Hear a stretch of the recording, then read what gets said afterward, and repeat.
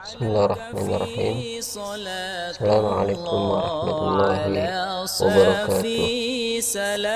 Jumpa lagi dengan Hikmah YouTube Official, sebuah channel yang akan belajar selalu berbagi tentang seputar kisah-kisah inspiratif, informasi dan juga pengetahuan.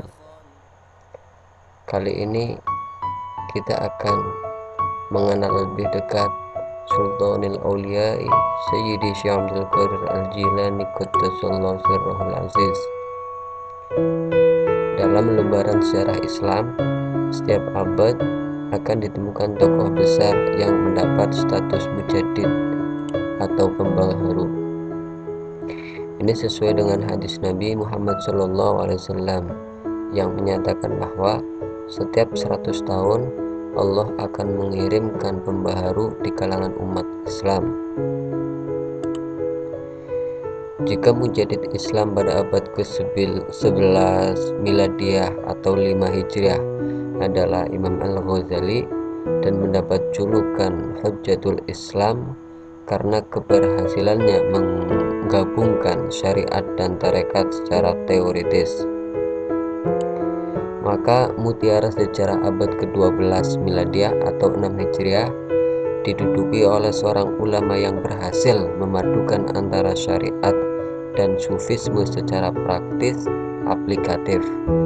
Karena itu ia mendapatkan julukan Qutbul Aulia serta Ghauthul A'zam, orang suci terbesar dalam Islam, yaitu beliau adalah Sayyidi Syekh Abdul Qadir Al-Jilani Qaddasallahu sirrahul aziz. Jika nama Al-Ghazali dikenal dalam studi-studi tasawuf secara akademik melalui kitab-kitab teori sufinya, nama Al-Jilani lebih membumi karena ajaran amaliyahnya, sehingga dalam masyarakat muslim namanya sangat populer, terkenal, dijadikan sarana wusuliyah atau bertawasul, serta selalu disebut dalam setiap acara-acara keagamaan. Di samping manaqibnya yang juga banyak dibaca tentang riwayat hidup sang tokoh tersebut. Nama lengkapnya adalah Sayyid Muhyiddin Abu Muhammad Abdul Qadir Ibni Abi Shalih Musa Jangkidowsat Al-Jilani Qaddasallahu sirrahul aziz. Nasib dari ayah beliau Abu Muhammad Abdul Qadir Al-Jilani bin Abdul Shalih Musa Jangkidowsat Ibni Abdullah Ibni Yahya Az-Zahid Ibni Muhammad Ibni Daud Ibni Musa Al-Thani Ibni Abdullah Al-Thani Ibni Musa Al-Juni Ibni Abdullah Al-Mahdi Ibni Hasan Al-Muthana Ibni Sayyidina Hasan Al-Sibti, cucu baginda Nabi Muhammad SAW, wabni Sayyidina Ali karramallahu wajhah. Sedangkan dari jalur ibu adalah beliau Syekh Abdul Qadir Al-Jilani Ibni Syarifah Ummul Khair Sayyidah Fatimah binti Sayyid Abdullah Sauma'i Az-Zahid Ibni Abu Jamaluddin Muhammad Ibni Mahmud Ibni Sayyid Tahir Ibni Abu Al-Adha Abdullah Ibni Kamaluddin Aiza Ibni Abi Alauddin Muhammad Al-Jawad Ibni Ali Ar-Ridha Ibni Musa Al-Kazim Ibni Imam Ja'far Al-Shadiq Ibni Muhammad Al-Baqir Ibni Ali Zain Al-Abidin Ibni Hasan Al-Syahid Ibni Ali bin Abi Talib karramallahu wajhah, suami Sayyidatina Fatimah Az-Zahra binti Rasulullah sallallahu alaihi wasallam. Allahumma khsurna fi zumratihim wa mitna fi tariqatihim.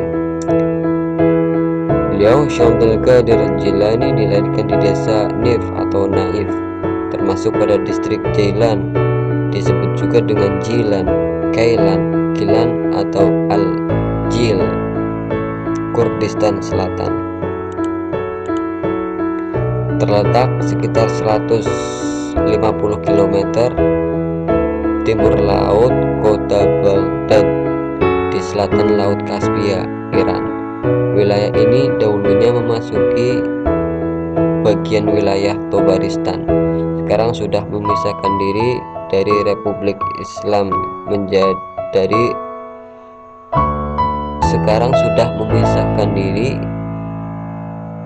menjadi sebuah provinsi di Republik Islam Iran.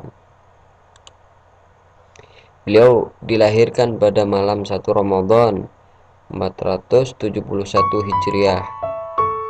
Beliau lahir sebagai anak yatim, di mana ayahnya telah wafat terlebih dahulu sewaktu beliau masih dalam kandungan 6 bulan.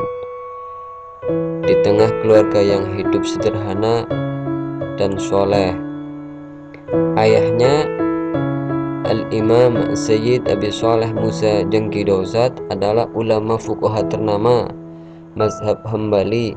Dari garis silsilahnya berujung pada Sayyidina Hasan bin Ali bin Abi Thalib, menantu baginda Nabi Muhammad SAW. Sedangkan ibunya adalah Ummul Khair Sayyidah Fatimah, putri Sayyid Abdullah Saumawi, seorang sufi terkemuka pada masanya. Dari jalur inilah silsilahnya akan sampai pada Sayyidina Husain Asy-Syahid bin Ali bin Abi Thalib.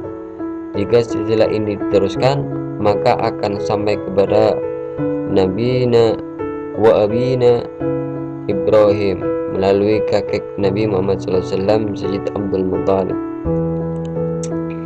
Beliau termasuk keturunan Rasul dari jalur Sayyidatina Fatimah binti Muhammad SAW. Karena itu ia diberi gelar pula dengan nama As-Sayyid. Keistimewaan Syekh Abdul Qadir Al-Jilani sudah tampak ketika dilahirkan. Ketika ibunya mengandung sudah berusia 60 tahun, sebab usia yang sangat rawan dan rentan untuk melahirkan. Hal itu yang menjadikan sebuah khariqul adah atau hal yang membedani kebiasaan-kebiasaan orang pada umumnya. Bahkan ketika dilahirkan yang bertepatan dengan bulan Ramadan, Syekh Abdul Qadir Al-Jilani tidak mau menyusu sejak terbit fajar hingga maghrib. Subhanallah, artinya beliau sudah mulai puasa dari sejak lahir. Namun kebesaran Syekh Abdul Qadir Al-Jilani bukan semata-mata karena faktor nasab dan keramatnya saja, melainkan beliau termasuk pemuda yang cerdas, pendiam, berbudi pekerti yang luhur, jujur, dan berbakti kepada orang tuanya.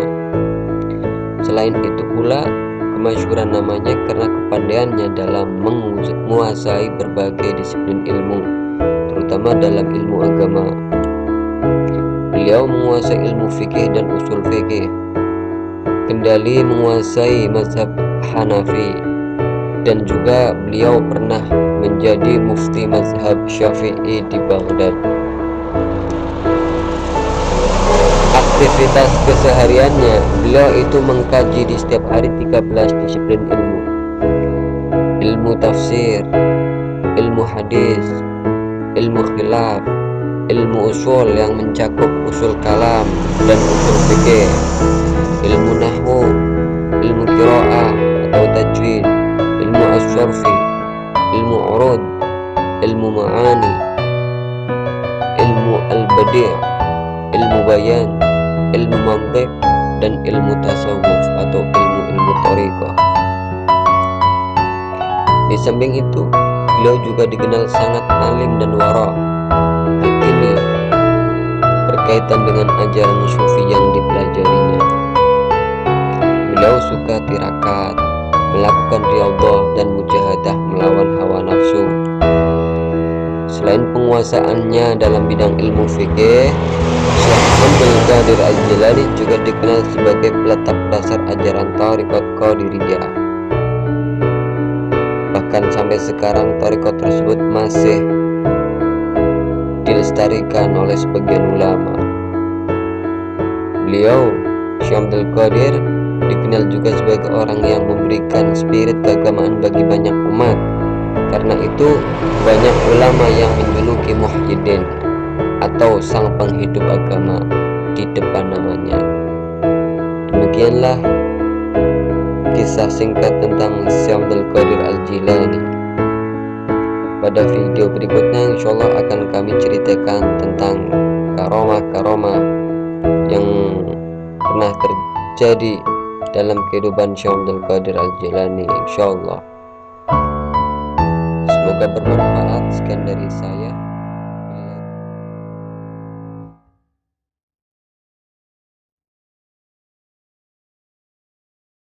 Wabarakatuh.